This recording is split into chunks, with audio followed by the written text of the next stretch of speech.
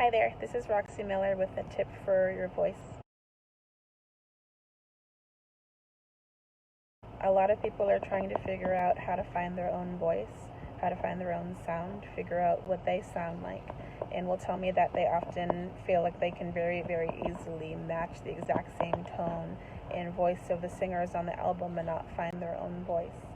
So the first thing that I have to say to you is that in your ability to duplicate other people's voices is one of the biggest tools you have for sounding like yourself, and I'll tell you why.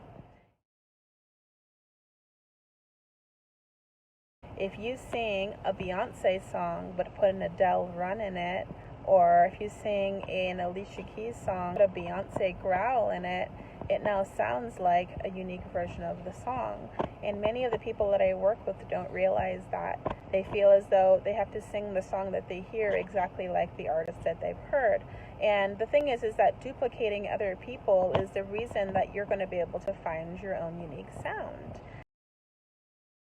Doing something that somebody else does and you have difficulty doing that thing, you normally will slightly adapt that thing to sound more like what your voice does naturally.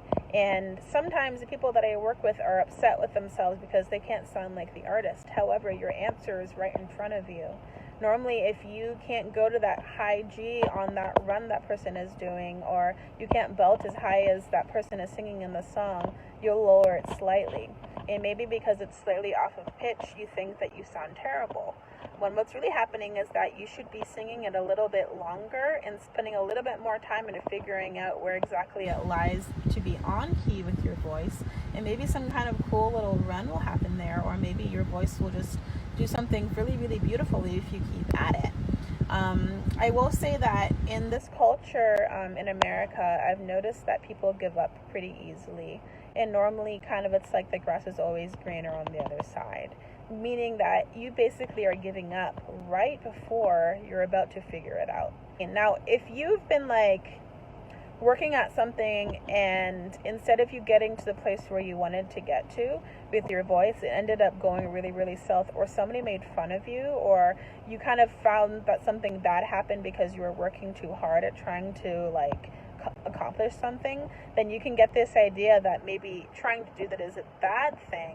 However, when you're trying to discover yourself, the really big rule would be that don't let anything that anybody else says come into context with what you're trying to accomplish, because they don't know what you're trying to achieve. Unless they understand the ideal scene of what you're going for, it's very, very hard for their idea of what you're trying to accomplish to be anything that means anything to you at all.